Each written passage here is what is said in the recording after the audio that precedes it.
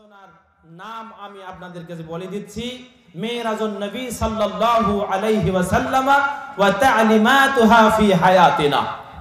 আল্লাহর নবীর মিরাজ এবং আমাদের জন্য ইজ্জাত ওয়াল জালাল যতগুলো নবী পাঠিয়েছেন সবগুলো নবীকে বিশেষ একটা মুহূর্তে আল্লাহ তাআলা জমিনের কোন এক জায়গায় অথবা বিশেষ একটি জায়গায় ডেকে নিয়ে একান্তে কিছু কথা বলেছেন। যেমন হযরতে নূহ আলাইহিস সালাতু ওয়াস সালামকে নবুয়ত দেওয়ার পূর্বে বিশেষভাবে প্রস্তুত করেছেন এক জায়গায়। হযরতে ঈসা আলাইহিস সালাতু ওয়াস সালামকে বিশেষ কথা শিখিয়েছিলেন দোলনার ভিতরে। আবার হযরতে মূসা আলাইহিস সালাতু ওয়াস সালামের জন্য তুর পাহাড়ে আল্লাহ তাআলা নাজিল করে দিয়েছেন ওয়া কাল্লামাল্লাহু মূসা তাকলিমা। আমি মূসাকে তুর পাহাড়ে 40 দিনের জন্য ডেকেছিলাম। এই 40 দিনে মূসাকে কিভাবে নবুয়তি দায়িত্ব পালন করতে হবে, এই 40 দিনে মূসা কিভাবে আমার দায়িত্ববোধ, আমার দায়িত্বগুলো, আমার হুকুমগুলো মানুষের সামনে পৌঁছিয়ে দেবে, 40 দিনে বিশেষ কথার মাধ্যমে আমি আল্লাহ মূসাকে সব কিছু শিখিয়ে পড়িয়ে তারপরে তার জাতির কাছে পাঠিয়ে দিয়েছি। বলেন সুবহানাল্লাহ। ঠিক তারই ধারাবাহিকতায় আল্লাহ রাব্বুল আলামিন হযরত ইব্রাহিম আলাইহিস সালাতু ওয়াস সালামকে গোটা বিশ্ব পরিক্রমার পরিচালনা শক্তি দেখালেন। সূরা আনআমের ৭৫ নম্বর আয়াতে আল্লাহ ঘোষণা করলেন ওয়া কাযালিকা নুরি ইব্রাহিমা মালাকুতাস সামাওয়াতি ওয়াল আরদ ওয়া লিয়াকুনা মিনাল মুকিনিন। আল্লাহ বলছেন, শোনো বিশ্ববাসী, ইব্রাহিমকে আমি সঙ্গোপনে ডেকে নিলাম। নেওয়ার পরে কাযালিকা নুরি ইব্রাহিমা মালাকুতাস সামাওয়াতি ওয়াল আরদ, আসমান এবং জমিনের পরিচালনা আমি কিভাবে করি এটা ইব্রাহিমকে দেখালাম। লিয়াকুনা মিনাল মুকিনিন, যেন ইব্রাহিম বিশ্বাসীদের অন্তর্ভুক্ত হয়ে যায়। কিসের অন্তর্ভুক্ত হবে? ঠিক তেমনি ভাবে আল্লাহ রাব্বুল আলামিন বিশ্বনবী মুহাম্মদুর রাসূলুল্লাহ বলেন সাল্লাল্লাহু আলাইহি ওয়াসাল্লামের জন্য বিশেষ একটি বন্দোবস্ত করে ঘোষণা দিলেন সুবহানাল্লাযী আসরা বিআবদিহি লাইলাম মিনাল মাসজিদিল হারামি ইলাল মাসজিদিল আকসা। হে নবী, তিনি আল্লাহ সুবহান, তিনি সুবহান, যিনি তার বান্দাকে বিশেষ একটি মুহূর্তে ডেকে নিয়ে কিছু কথা শিক্ষা দিয়েছেন, ভ্রমণ করিয়েছেন মসজিদে হারাম থেকে মসজিদে আকসা পর্যন্ত। এরপরে আসারের ভিতরে প্রমাণ এসেছে মসজিদে আকসা থেকে নিয়ে সিদরাতুল মুনতাহা পর্যন্ত। বলেন না সুবহানাল্লাহি বিহামদিহি। প্রতিটা নবীর কাছে আল্লাহ যখন বিশেষ কথা বলেছেন, বিশেষ উপঢৌকন দিয়েছেন, একটা বিশেষ প্রেক্ষাপট ছিল। তো আল্লাহর নবীর জীবনে এই মেরাজ যে হলো, এই ইসরা যে হলো, কি কারণে হলো, কোন প্রেক্ষাপটে হলো? প্রেক্ষাপটটা ছিল এরকম, আল্লাহ যখন নাজিল করলেন ওয়া আনজির আশিরাতাকাল আকরাবিন, হে নবী, ঘরের ভিতরে থাকলে হবে না, বাইর হন, আপনার কাছের মানুষদেরকে আগে ইসলামের জন্য দাওয়াত দেন।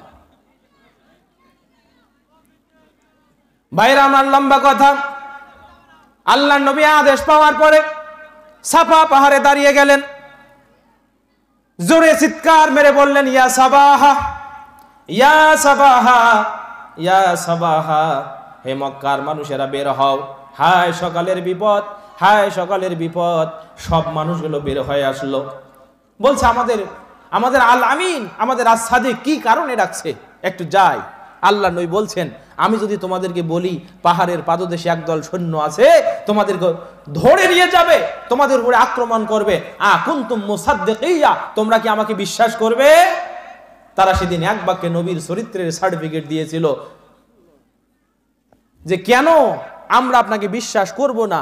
মা জাররাবনা বিকা ইল্লাল খায়রা, আমরা আপনার কাছে এই 40 বছর বয়স পর্যন্ত শুধু কল্যাণকর ছাড়া, হিতকারী ছাড়া আমাদের ওয়াহিদ হয়, আমাদের জন্য অকল্যাণ হয়। তোমার চরিত্রের কোনো দোষ আমরা খুঁজে পাই সুতরাং আল আমিন, তুমি আজকে যা বলবে আমরা সত্য মনে করব, বলো তুমি কি বলতে চাও। আল্লাহ নবী সুযোগ মতো ঘোষণা দিলেন, কুলু লা ইলাহা ইল্লাল্লাহ তুফলিহুন, পড়ো লা ইলাহা ইল্লাল্লাহ, তাহলে তোমরা সফল কাম হয়ে যাও। ভাইরা আমার, আবু লাহাব পাথর নিয়ে ঢিল মারলো, আলিহাজা জামাতানা আও দাওয়াতানা, এ মুহাম্মদ কি হলো তোমার? ওই যে মক্কার ঘরে দেখো 300 মূর্তি আছে, 307টি মূর্তি আছে, সবচেয়ে বড়টার নাম হবল। এই হবলও যদি থাকতো তবুও মানতাম, না না, লাত মানাত উজ্জা সবই গেল, বরং হবলকেও তুমি বের করে দিলা, তার মানে একটা মূর্তিও চলবে না। তুমি ঘোষণা দিলা কুলু লা ইলাহা ইল্লাল্লাহ, বলো হুকুম দাতা, ইবাদত পাওয়ার মালিক শুধুমাত্র কে?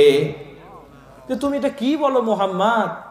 বাপ দাদার কালিমা গেল গেল, বাপ দাদার ধর্ম গেল গেল, আরে একটা যদি রাখতা তবুও তো কথা ছিল।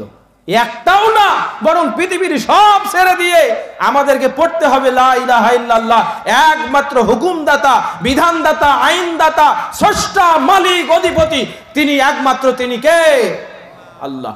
মুহাম্মদ আলিহাজা জামাতানা আও দাওয়াতানা, এটা বলার জন্য ডেকেছো? শয়তানি করার জায়গা পাও না, নাউযু বিল্লাহি মিন জালিক। আর এই কালিমা আমাদের সমাজে মানুষ কি করে? এখন ফকির এসে দরজায় করাঘাত করে আর বলে লা ইলাহা ইল্লাল্লাহ, বাবা চারটা দেও বারে, বলে না নাই? ফকির বুঝেছে লা ইলাহা ইল্লাল্লাহ বললে ভিক্ষা পাওয়া যায়, আর আরবের মানুষ বুঝেছে লা ইলাহা ইল্লাল্লাহ যদি বলি তাহলে একমাত্র ইবাদত পাওয়ার মালিক আল্লাহ, এটা স্বীকার করা হয়, পৃথিবীতে আর কারো দাসত্ব মেনে নেওয়া হয় না। আপনার আল্লাহকে বোঝা আর আরবের মানুষের আল্লাহকে বোঝা, দুটার ভিতরে তফাৎ আছে নাকি নাই? জোরে বলেন। শুরু হয়ে গেল বিরুদ্ধাচারণ, পথে প্রান্তরে চলছে। আল্লাহর নবীকে শিয়াবে আবু তালিবে বন্দী করা হলো।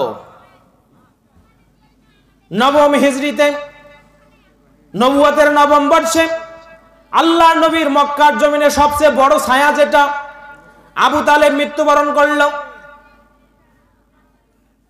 এরপরে 2 মাস পরে তার প্রিয়তমা স্ত্রী, যার সম্পদ থেকে মক্কার জমিনে সবচেয়ে বেশি যিনি উপকৃত হয়েছেন যার সম্পদ থেকে, তার নাম, তার স্ত্রীর নাম খাদিজাতুত তাহিরা, তিনি মারা গেলেন। মক্কার জমিনে মানুষেরা এবার বুঝে ফেললো মুহাম্মাদের জীবনে এতদিন পর্যন্ত যে দুটা ছায়া ছিল, ওই ছায়া কেটে গেছে। মুহাম্মাদের মাথার উপর থেকে যে ছায়া ছিল, ওই ছায়া চলে গেছে। আবু তালেব ছিল গোত্রপতি, আবু তালেব ছিল সমাজপতি। আবু তালেবের ভয়ে মুহাম্মদ সাল্লাল্লাহু আলাইহি সাল্লামকে কেউ টু কথা বলার সাহস পায়নি। মক্কায় যার সম্পদ দিয়ে আল্লাহ নবী মুহাম্মদ সাল্লাল্লাহু আলাইহি সাল্লাম বেশি উপকৃত হয়েছেন, সেই খাদিজা যখন মারা গেল, এবার মক্কার মানুষেরা পথে প্রান্তরে আল্লাহর নবীকে লান্তান বলা শুরু করে দিল। রাসূল সাল্লামের মনে বড় ব্যথা, হীনমন্যতায় ভুগছেন, আল্লাহর কাছে আরজি পেশ করছেন, আল্লাহ কিভাবে আমার নবুয়ত, তোমার নবুয়ত কিভাবে মানুষ জাতিকে পৌঁছাবো? আল্লাহর নবীর ছোটবেলার সঙ্গী ছিল তায়েফে, যাদের সাথে 6 বছর পর্যন্ত খেলেছেন, যে দুধ মাতার সন্তান, যে দুধ ভাই সেখানে ছিলেন তায়েফে, দুধ বোন তিনি তায়েফে, নানার বাড়ি তায়েফে, শিহাব জুহুরির বাড়ি তায়েফে, আমিনার বাবার বাড়ি তায়েফে। আল্লাহর নবীর বুক ভরা আশা যে আমার মক্কার মানুষেরা আমার কথা শোনে না, আমি যদি একটু তায়েফে যাই, তায়েফের মানুষগুলো মনে হয় রক্তের সম্পর্কের কারণে, দুধের সম্পর্কের কারণে, ছোট্টবেলার বাল্য বন্ধুত্বের সম্পর্কের কারণে আমাকে মেনে নেবে। যাই তো একটু তায়েফে গিয়ে দেখি। তার পালক পুত্র হযরতে যায়েদ ইবনে হারিসা রাদিয়াল্লাহু তাআলা আনহুকে সাথে নিয়ে তিনি তায়েফের জমিনে গেলেন। তায়েফেও গিয়ে দেখা গেল 4 গোত্রপতি 4 ধরনের কথা বলল। যেদিন আল্লাহর নবী তায়েফে দাওয়াত দেওয়ার পরে ফেরার হয়ে গেলেন, তায়েফের মানুষেরা আল্লাহর নবীর কথা শুনলেন না, ফিরতেছেন। রাস্তার 2 ধারে তায়েফের ছোট থেকে বড় সব মানুষগুলো কাতার বেঁধে পাগল ভেবে আল্লাহর নবীকে পাথর ছুঁড়ে মারছিলেন। হযরতে যায়েদ ইবনে হারিসা রাদিয়াল্লাহু তাআলা আনহু বলছেন, ওই দিন আল্লাহর নবীর শরীর থেকে এত পরিমাণ রক্ত ঝরে গেছে যে আমি দেখলাম আল্লাহর নবীর পায়ে যে চামড়ার মোজাগুলো ছিল, চামড়ার জুতাগুলো ছিল, রক্তের সাথে জুতাগুলো শরীরের সাথে এত শক্তভাবে লেগে গেছে, বের করতে আমার খুবই কষ্ট হচ্ছিল।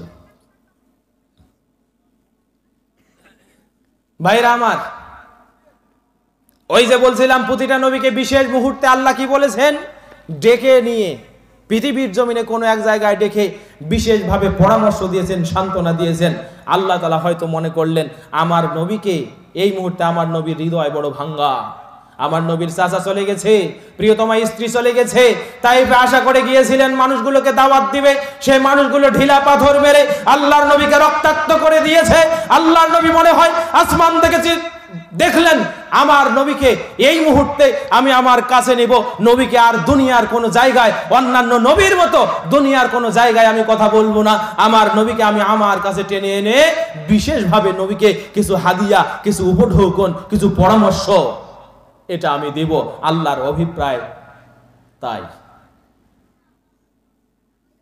সম্মানিত ভাইরা আমার, বুখারী, মুসলিম, আবু দাউদ, তিরমিজি, নাসাই, ইবনে মাজাহ, সুনান, বাইহাকি, তাবারানী, বাজ্জার, মিশকাত সহ যতগুলো হাদিসের কিতাব এসেছে সবগুলো কিতাবে প্রায় 22 থেকে 24 জন সাহাবীর বরাতে সহিহ রিওয়ায়াতে বড় লম্বা লম্বা হাদিসগুলো বর্ণিত হয়েছে মেরাজের ব্যাপারে। আমি আপনাদেরকে একটি হাদিস শোনাই। হযরতে জাবির, হযরতে আবু সাঈদ খুদরী রাদিয়াল্লাহু তাআলা আনহু বর্ণনা করেন, মদিনার জমিনে আল্লাহর নবী যখন মদিনায় চলে গেলেন, আমরা রাসূলকে বললাম, ইয়া রাসূলুল্লাহ, ইয়া হাবিবাল্লাহ, কাইফা উসরিয়া বিকা, আপনার মিরাজ কিভাবে হলো, আপনার ইসরা কিভাবে হলো, আপনার মিরাজ কিভাবে হলো? আল্লাহর নবী মুহাম্মদুর রাসূলুল্লাহ সাল্লাল্লাহু আলাইহি ওয়াসাল্লাম বলছেন, শোনো, মিরাজের কথা শুনতে চাও? শোনো, আমি কুনতু ফিল বাতহা আই ফিল হিজর ফি বাইতি উম্মে হানি, আমি উম্মে হানির ঘরে ঘুমাচ্ছিলাম বাদাল ইশা, ইশার সালাতের পরে।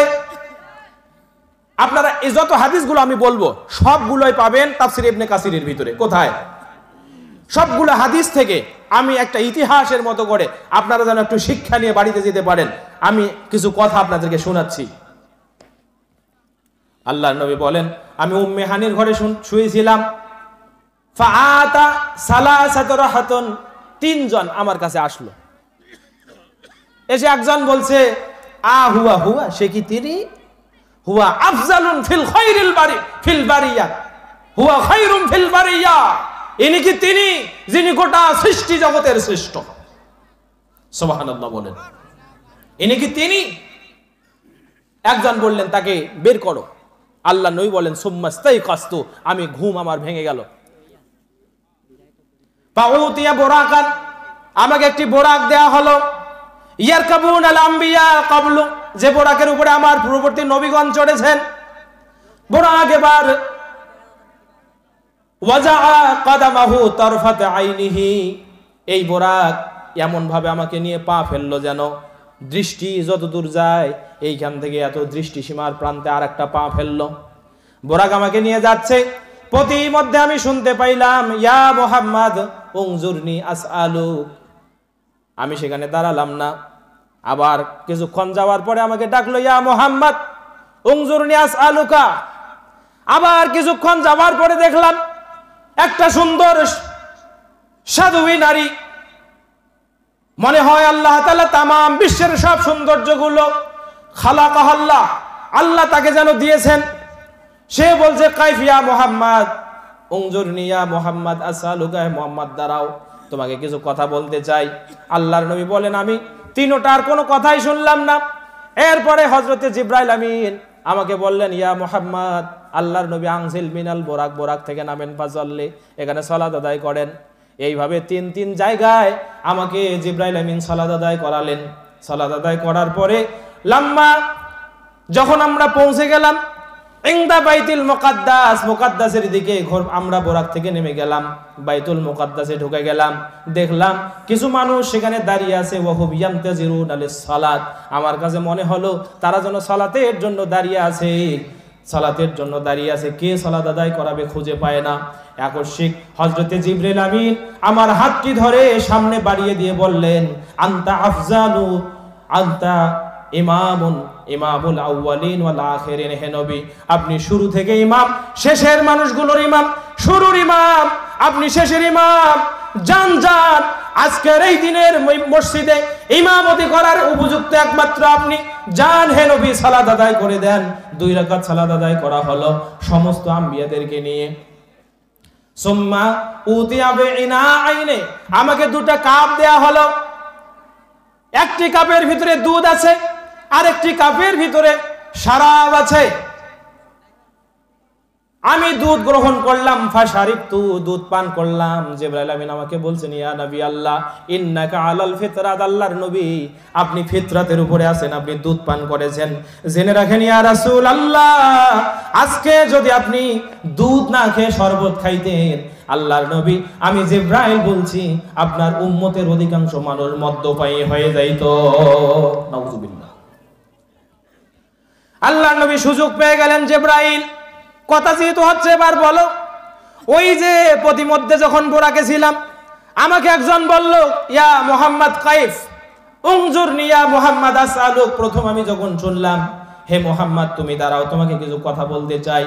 আমি তো সেখানে দাঁড়াই নাই, তার কথা শুনিও নাই। এ জিবরাইল বলো তো সে কে ছিল? আল্লাহর নবীকে এবার জিবরাইল বলেন, হুয়া দাঈউন মিনাল ইয়াহুদি। ওগো নবী, ওই যে প্রথম ডাকটা আপনি শোনেন নাই, আপনি সেখানে দাঁড়ানো নাই, তার কথা শোনানো নাই, ওটা হলো ইহুদিদের ডাক। যদি আপনি লাউ আকাফতা আও আকামতা, যদি আপনি সেখানে দাঁড়াতেন, থেমে যেতেন, যদি তার কথা শুনতেন, লা তাহাওয়াদাত উম্মাতাকা কাসীরা, আপনার উম্মতের অধিকাংশ মানুষ আজকে ইহুদি হয়ে যাইতো। আল্লাহ নবী বলেন, হ্যাঁ শুনে নিলাম। তারপরে বলো, দ্বিতীয় জন যে আমাকে বলেছিল, উনজুর ইয়া মুহাম্মদ, হে মুহাম্মদ উনজুরনি, আমাকে তাকাও, আমার দিকে তাকাও, আসআলুক, তোমাকে কথা বলতে চাই, তোমাকে প্রশ্ন করতে চাই। জিবরাইল আমিন তুমি বলো সে কে ছিল? আল্লাহর নবীকে জিবরাইল আমিন বলেন, হুয়া দাঈউন নাসারা, এটা ছিল খ্রিস্টানদের ডাক। আপনি যদি সেদিন সেখানে দাঁড়াতেন, তাদের কথা শুনতেন, লা তানাসসারাত উম্মাতাকা কাসীরান, অধিকাংশ মানুষ পরবর্তী জামানায় খ্রিস্টান হয়ে যাইতো। আমার ভাইরা, খ্রিস্টান এবং ইহুদি হওয়া যাবে? আল্লাহর নবী বলছেন আমাকে ডেকেছে, আমি শুনি নাই। জিবরাইল আমিন বলছেন তাদের ডাক শুনলে আপনার উম্মত ইহুদি হয়ে যাইতো। জিবরাইল আমিন বলছেন তাদের ডাক শুনলে আপনার উম্মত খ্রিস্টান হয়ে যাইতো। আজ বাংলার ঘরে ঘরে, আনাচে কানাচে, মাঝে মাঝে খবর আসে, এই গ্রামে 10 জন খ্রিস্টান হয়ে গেল, ওই গ্রামে 10 জন ইহুদি হয়ে গেল। আমার গঙ্গাচড়া হারাগাছের ওই নদীর কিনারায় কি বলে, চরের উপরে প্রায় 200 পরিবার একদিনে খ্রিস্টান হয়ে গেল। মুসলমানের মাথা ব্যথা নাই, আছে? কেন খ্রিস্টান হলো? ওই মুসলমান তো সাধারণ মানুষ, তিনি জানে না ঈমান কি, জানে না কালেমা কি, জানে না আল্লাহ কি, জানে না মুহাম্মদ কি সাল্লাল্লাহু আলাইহি ওয়াসাল্লাম। তার কাছে মনে হয়েছে আমি তো রাতের বেলা যখন ঘুমাই আমার মাথার উপরে কমপ্লিট ছাদ নেই, আমি যখন দিনের বেলা শীতে বের হই গায়ে পরার মতো শীতের বস্ত্র নেই, রাতের বেলা যখন ঘুমাই আমার একটা ভালো কম্বল নেই। আজকে যদি শুধুমাত্র লা ইলাহা ইল্লাল্লাহ বিসর্জন দেই তাহলে 2 লক্ষ টাকা পাবো, আমার ঘরের ছাদ হবে, আমার গায়ের জামা হবে, আমার কম্বল হবে, আরাম করে বাচ্চা কাচ্চা নিয়ে ঘুমাতে পারবো। তো কিসের লা ইলাহা ইল্লাল্লাহ? যাও লা ইলাহা ইল্লাল্লাহ বিসর্জন দিয়ে দিলাম। বাংলার কানা মুসলিম যখন 14 বার হজ করতে যায়, বাংলার ধনী মুসলিমরা যখন 18 বার হজ করতে যায়, একটা কম্বল নিয়ে 18,000 মিডিয়া ডেকে যখন রাস্তায় ফটো সেশন করতে যায়, ওদের ধারে দণ্ডা দিতে আমি আর যাব না। যাও কালিমাজে দিক যাও, যাও, আমি খ্রিস্টান হয়ে যাব, আমি ইহুদি হয়ে যাব। বলেন এরকম পরিস্থিতি হয়েছে কি হয় না? এই মুসলিম, শিক্ষা গ্রহণ করো। ইতিহাস তোমাকে শোনাচ্ছি না, তুমি ধনী। ওয়াফি আমওয়ালিহিম হাক্কুন লিসাইল ওয়াল মাহরুম। কার কথা? কার কথা? আল্লাহর কথা। আল্লাহ বলছেন, এ ধনী, এ সম্পদশালী, তোমার ঘরে আমি গরিবের হক দিয়েছি। হক, অধিকার, প্রাপ্যতা আমি দিয়েছি লিসাইল ওয়াল মাহরুম, যে মানুষ বঞ্চিত, যারা পথশিশু, যারা গরিব, যারা অনাহেরি, তোমার সম্পদ থেকে তারা খাবে আর আল্লাহর শুকরিয়া করবে। তুমি 10 বার হজ করতে যাও, 100 মণ ধান আবাদ করো, ভেন্ডাবাড়ির বাজারে গিয়া বিড়ি ফুকাও, চা ফুকাও, আর বলো 100 মণ ধান পেয়েছি। ধানের যে দাম, এখনই বিক্রি করবো না, আর কিছুদিন থাকুক। বলেন, কৃত্রিম সংকট তৈরি করে। ওর বাড়ির সামনে কুকুর না মানুষ না খেয়ে মরে, দেখার কোনো বালাই নাই। 18 বার হজে যায়, 300 বার উমরা করে, আছে না নাই? আছে না নাই? এরা মুসলিম, এরা হাজি, এরা মুতামের, এরা উমরাকারী। আল্লাহর নবী বলছেন, আমি ইহুদির ডাক শুনিনি এই ভয়ে যে আমার উম্মত ইহুদি হয়ে যাবে। আমি খ্রিস্টানের ডাক শুনিনি এই ভয়ে যে আমার উম্মত খ্রিস্টান হয়ে যাবে। সেই মুসলিম উম্মাহ আজকে ইহুদি হয়, খ্রিস্টান হয়, আর আমার দেশের বড় লোকরা আন্দারে বসে চা ফুকায়। জবাব দিতে হবে নাকি হবে? এটা একটা শিক্ষা। বলেন, আপনার সম্পদে যে গরিবের হক আছে সেটা বের করে দিবেন নাকি দিবেন না? দিবেন? রাজি আছেন? এবার চিন্তা করবেন, হুজুর শুনাইতেছিলেন ইতিহাস, এখানে আইলেন কেন? আর একটু আগাই নাকি? আল্লাহ নবী বলেন, শোনো আবু সাইদ খুদরি, শুনতে থাকো। ওই জায়গায় এই পর্যন্ত শেষ হয়ে গেল। এরপরে সুম্মা উতিয়া, আমাকে মিরাজে নিয়ে যাওয়া হলো, একটা সিঁড়ি দেওয়া হলো, মিরাজ, একটা সিঁড়ি দেওয়া হলো। জিবরাইল আমিন আমাকে নিয়ে প্রথম আসমান পর্যন্ত গেলেন। কোথায় গেলেন? প্রথম আসমান পর্যন্ত গেলেন। দেখলেন ফিহা খাজিনুস সামা মালাইকাতুন ইউকালু লাহা ইসমাঈল। সেখানে আমি দেখতে পেলাম আসমানের একজন প্রহরী ফেরেশতা, দারোগা ফেরেশতা, তার নাম ইসমাঈল। ওয়া আমামাহু 70 মালাকুন 70 আলফা মালাক, তার সামনে 70,000 ফেরেশতা। কত হাজার ফেরেশতা?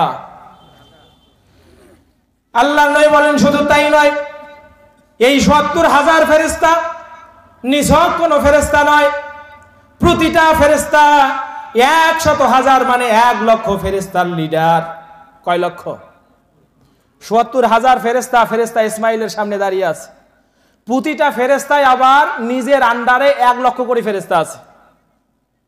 ওয়ামা ইয়ালামু জুনুদা রাব্বাকা ইল্লা হুয়া। তোমার রবের সৈন্য সংখ্যা কত সেটা তিনি ছাড়া কেউ। আল্লাহর সৈন্য সামন্ত কত? একটা হাদিস শুনে আপনাকে, আপনারা পাবেন হাদিসটা বাবু আহওয়ালিল কিয়ামত ওয়া বাদিল খালক, কিতাব আহওয়ালিল কিয়ামত ওয়া বাদিল খালক, বাবুন নার সিফাতিন নার ওয়া আহলিহা, বাবু সিফাতিন নার ওয়া আহলিহা। এই অধ্যায়ের ফাসলুল আউয়ালে হযরতে আব্দুল্লাহ বিন মাসউদ রাদিয়াল্লাহু তাআলা আনহু একটা হাদিস বর্ণনা করছেন। আল্লাহ নবী মুহাম্মদ সাল্লাল্লাহু আলাইহি ওয়াসাল্লাম বলছেন, ইউতা বিজাহান্নাম ইয়াউমাল কিয়ামাতি লাহা 70 আলফা জিমামিন। বলেন সুবহানাল্লাহ। আল্লাহ নবী বলেন, শোনো বিশ্ববাসী, কিয়ামত যখন কায়েম হয়ে যাবে, হিসাবের ময়দানটা যখন কায়েম হয়ে যাবে, ইউতা বিজাহান্নামা, জাহান্নামকে নিয়ে আসা হবে, লাহা 70 আলফা জিমামুন। ওই জাহান্নামের 70,000 শিকল থাকবে। কয় হাজার? জাহান্নামের চতুর্পার্শ্বে 70,000 শিকল থাকবে।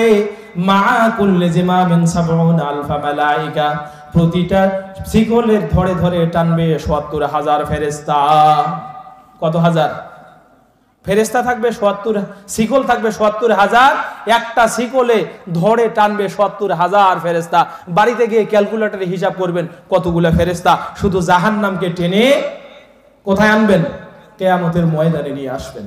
ইয়াদুররুনাহা, আল্লাহর নবী বলছেন, ইয়াদুররুনাহা, এই ফেরেশতাগুলো জাহান্নামকে টেনে টেনে কিয়ামতের ময়দানে নিয়ে আসবে। বলেন সুবহানাল্লাহি বিহামদি।